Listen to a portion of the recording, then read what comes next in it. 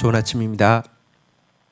여호수아서 3장 9절에서 17절 말씀 보도록 하겠습니다. 9절 여호수아가 이스라엘 자손에게 이르되 이리 와서 너희의 하나님 여호와의 말씀을 들으라 하고 10절 또 말하되 살아계신 하나님이 너희 가운데에 계시사 가나안 족속과 헷 족속과 히위 족속과 브리스 족속과 기르가스 족속과 아모리 족속과 여부스 족속을 너희 앞에서 반드시 쫓아내실 줄을 이것으로서 너희가 알리라.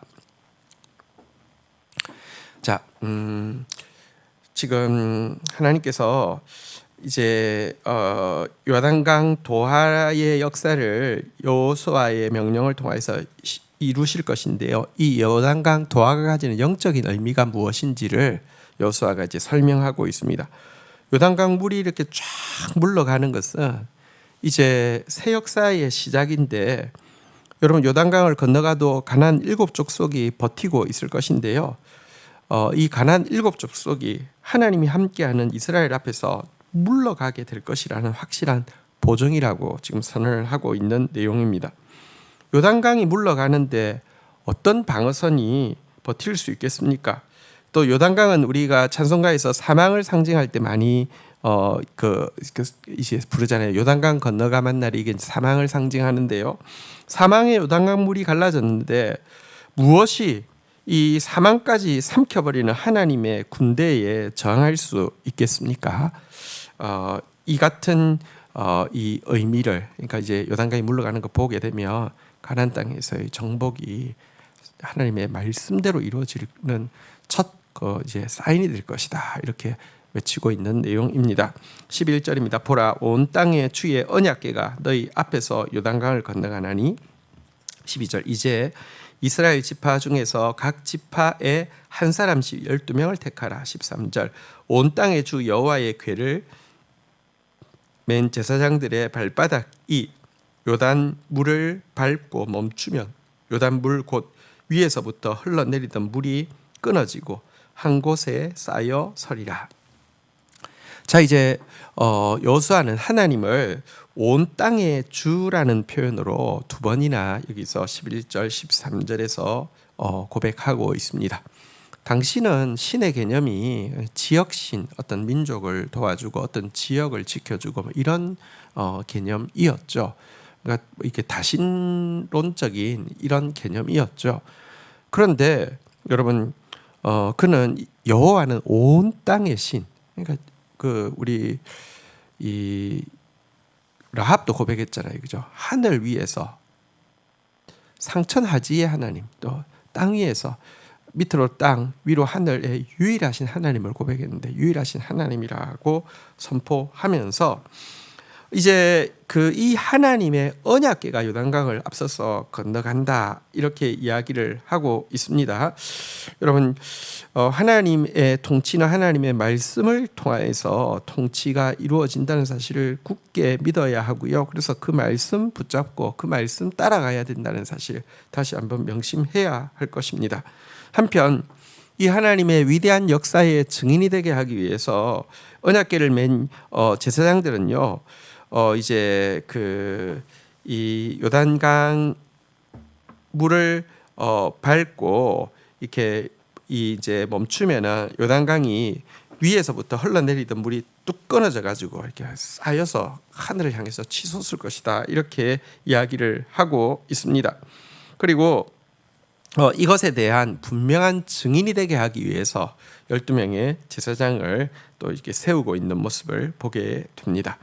자, 14절입니다.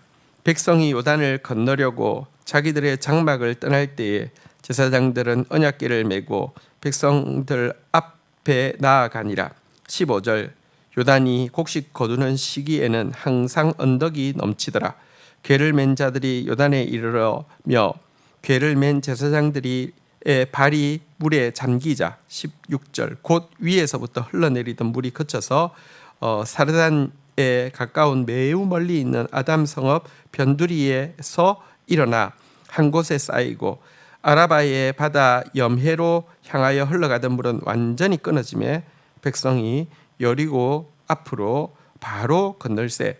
17절 여호와의 언약궤를 맨 제사장들은 요단 가운데 마른 땅이 굳게 섰고 그 모든 백성이 요단을 건너기를 마칠 때까지 모든 이스라엘은 그 마른 땅을 건너갔더라. 자, 이제 드디어 이 요단을 도하하게 됩니다. 그런데 요단을 도하하는 시기가 15절에 나오는데요. 곡식 거두는 시기였습니다. 늦은 비가 내리고 곡식이 이제 연걸면 추수하는 이 시기에 건너게 했는데, 이 시기는 사실 이 그 눈이 녹는 시기이기 때문에 레바논의 산들, 헐몬산에 있는 그 눈이 녹아서 이렇게 흐르기 시작하고요. 또 늦은 비가 내렸기 때문에 그 비가 흐르기 시작해서 보통 때는 요단강이 많이 작습니다. 물론 지금 우리가 이스라엘에 가서 요단을 보면서 작은 것은 앞 위에다가 댐을 막았기 때문에 작은 것이고, 과거에는 그렇게 작지는 않았지만 그래도 여러분 보통 때는 이게 이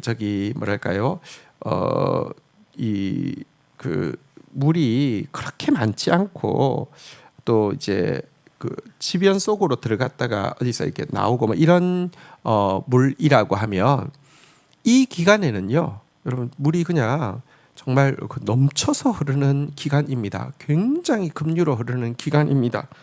12척이나 되는 깊이의 폭도 저기 거의 굉장히 넓은 폭의 강이 되어집니다. 근데 왜 이때 건너게 했을까요? 여러분, 이 일이 인간의 계획이라고 하면 요단 도하에 가장 물양이 적고 쉬울 때를 택했겠죠. 근데 하나님의 계획은 전혀 다릅니다. 하나님은 이 요단 도하가 인간에 의해서 이루어진 것이 아니라 하나님에 의해서 이루어진 것임을 정확하게 하기 위해서 자기 때, 자기 방법으로 바로 이 곡식 거둘 때를 정하신 것입니다. 신앙생활은 내 때, 내 방법을 쫓는 것이 아니라 초월하시는 하나님의 때, 하나님의 방법을 쫓아가는 것입니다. 자, 이렇게 이제 딱 들어가서 이제 요단 가운데 서게 되자 물이 이렇게 뒤로 물러가가지고요. 이제 아라바 아담 성읍 변두리에서 일어난 한 곳에 쌓였다, 이렇게 되고 있습니다. 강이 이렇게 흐르고 있는데 백성들이 지나갈 수 있도록 뒤로 물이 쫙 물러가니까 그 물이 쌓여서 무대기처럼 폭포처럼 하늘을 향해서 치솟아 오르는 이런 장관을 펼쳤다는 것입니다. 그리고 먼저 들어간 제사장들이 요단 가운데 마른 땅 위에 굳게 서서 백성들이 다 지나갈 때까지 그 땅에 서 있었고, 백성들은 그곳을 마른 땅으로 건너가게 되었다, 이렇게 이야기를 하고 있습니다. 한편 홍해를 건너는 것은 죄악된 세상으로부터 구원받는 것을 이야기한다고 하면, 요단강을 건너는 것은 이제 성령의 인도함을 받는 성숙한 신앙 생활로 들어가는 것을 상징합니다.